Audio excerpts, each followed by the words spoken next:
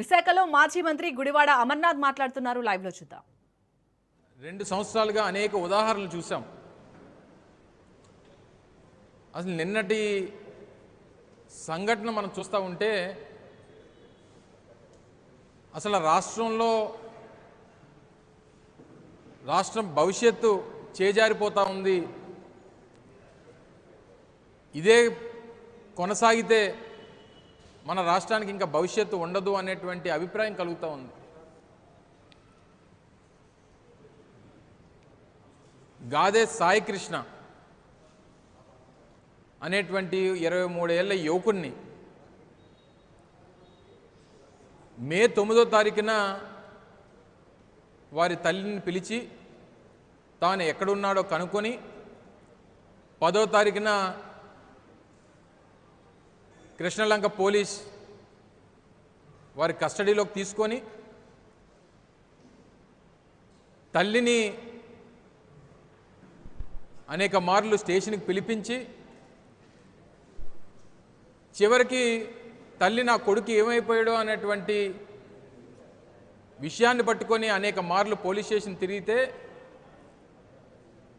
సరైనటువంటి సమాధానం ఇవ్వక తాను న్యాయస్థానానికి ఆశ్రయిస్తే హేబియస్ కార్పస్ వేస్తే చివరికి ఈ మధ్య గడిచినటువంటి 2-3 రోజుల్లో ఏం తేలిందంటే ఆ యువకుడిని చంపి కాల్చేసి బూడిది కూడా దొరకకుండా చేసేసినటువంటి ఘటనని ఈరోజు రాష్ట్రంలో చూస్తూ ఉన్నాం.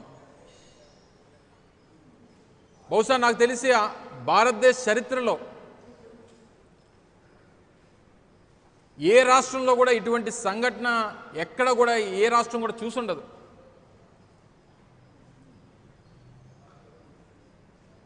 ఈ 79 సంవత్సరాల స్వతంత్ర భారతదేశంలో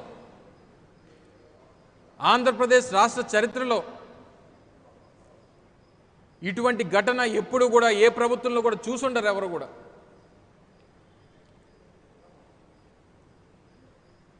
ఈ పరిస్థితుల్లో ఈరోజు రాష్ట్రం ఉంది అని అనడానికి వినడానికి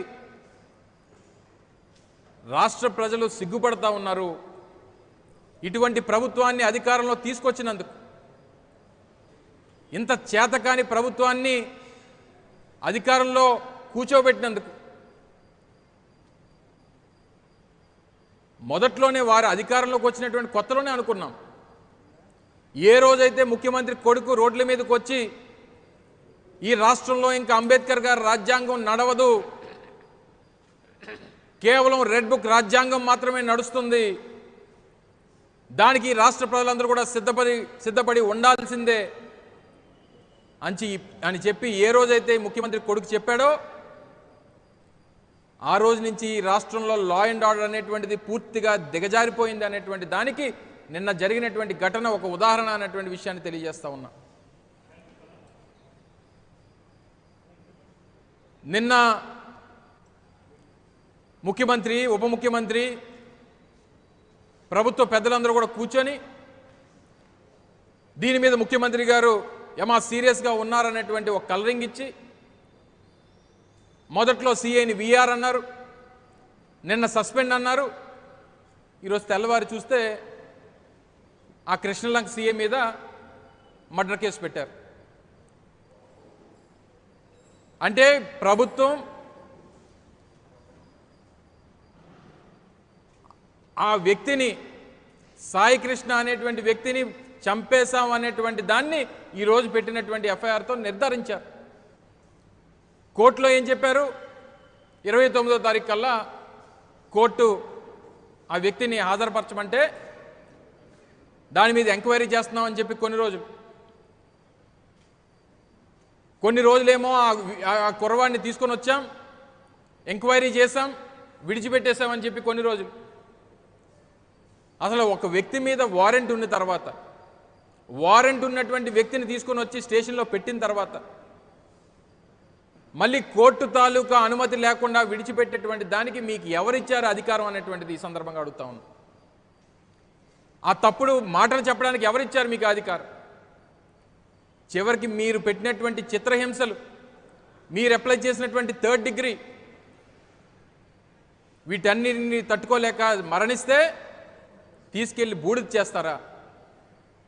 ఆ తల్లి తాలూకు శోకం చూస్తూ ఉంటే, ఆ తల్లి మాట్లాడుతున్నటువంటి మాటలు చూస్తూ ఉంటే, నా కొడుకుని నాకు అప్పగించండి, ఒకవేళ మరణిస్తే కనీసం ఆ బూడిదనన్నా నా చేతిలో పెట్టండి అన్నటువంటి ఆ తల్లి మాటలు వింటూ ఉంటే రాష్ట్ర ప్రజల తాలూకా హృదయాలు తరుక్కుపోతూ ఉన్నాయి. అంత చేతకాని ప్రభుత్వం ఈరోజు రాష్ట్రంలో ఉన్నందుకు, అంత చేతకాని ముఖ్యమంత్రి రాష్ట్రంలో ఉన్నందుకు, అంత చేతకాని హోంమంత్రి రాష్ట్రంలో ఉన్నందుకు, అంత చేతకాని పోలీస్ డిపార్ట్మెంట్ ఈ రాష్ట్రంలో ఉన్నందుకు ఈరోజు ప్రజలు తలదించుకునేటువంటి పరిస్థితి. దేశవ్యాప్తంగా ఇది ఒక సంచలనం. దేశ ప్రజలందరూ కూడా ముక్కును వేలేసుకునేటువంటి పరిస్థితి తీసుకుని వచ్చింది ఆంధ్రప్రదేశ్ రాష్ట్ర ప్రభుత్వం, ఈ రాష్ట్రంలో ఉన్నటువంటి పోలీస్ డిపార్ట్మెంట్ అనేటువంటి. మిగిలినటువంటి పోలీస్ అధికారులు కూడా ఇది ఒక గుణపాఠంగా మీరు తీసుకోవాలని చెప్పి కోరుతా ఉన్నా. ముఖ్యమంత్రి చెప్తా ఉన్నాడు, ముఖ్యమంత్రి కొడుకు చెప్తా ఉన్నాడు, గడిచినటువంటి 2 సంవత్సరాలుగా ఎవరి మీద కేసు పెట్టమంటే వారి మీద కేసు పెట్టడం, మా సోషల్ మీడియా కార్యకర్తల మీద కేసులు పెట్టడం, స్టేషన్లు తీసుకొని వెళ్ళి కొట్టడం, వాళ్ళని చిత్రహింసలు పెట్టడం. మీరు లా అండ్ ఆర్డర్ని కాదు, చంద్రబాబు నాయుడు గారి కొడుకు చెప్పినటువంటి ఆర్డర్ను మాత్రమే మీరు పాటిస్తూ ఉన్నారు. వారు ఏం ఆదేశాలు ఇస్తే ఆ పనులు చేస్తూ ఉన్నారు. మీరు కూడా సినిమా పోలీసుల్లా తయారైపోయారు. మీరు చేస్తున్నటువంటి ఈ అన్యాయాలకి, ఈ హత్యలకి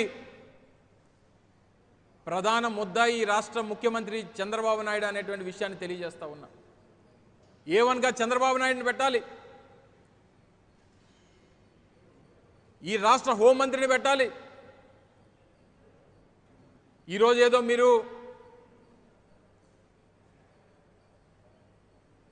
స్థానికంగా ఉన్నటువంటి సిఐ మీద ఒక కేసు రిజిస్టర్ చేశాం అని చెప్పి మీరు చేతులు దులుపుకునేటువంటి కార్యక్రమం చేయబోతా ఉన్నారు. ఇది కేవలం ఒక సిఐ చేసేటువంటి కార్యక్రమం కాదు. స్థానికంగా ఉన్నటువంటి సిపి కానీ, ఆ పైన ఉన్నటువంటి డీజీపీ కానీ, డిపార్ట్మెంట్ చూస్తున్నటువంటి హోంమంత్రి కానీ, వీరందరినీ కూడా నడిపిస్తున్నటువంటి లోకేష్ కానీ, పైన ఉన్నటువంటి ముఖ్యమంత్రి కానీ, వీరందరి మీద కూడా కేసు రిజిస్టర్ చేయాలని చెప్పి డిమాండ్ చేస్తూ ఉన్నాం. ఈ హత్యకి వీరందరూ కూడా కారణం అని చెప్పి తెలియజేస్తూ ఉన్నా. ఇది ప్రభుత్వ హత్యగానే చూడాలని చెప్పి తెలియజేస్తూ ఉన్నా. ఒక ఐజీ స్థాయి అధికారిని తీసుకొని వచ్చి, ఒక ఐజీ స్థాయి అధికారి విజయవాడ సిపిగా ఉంటే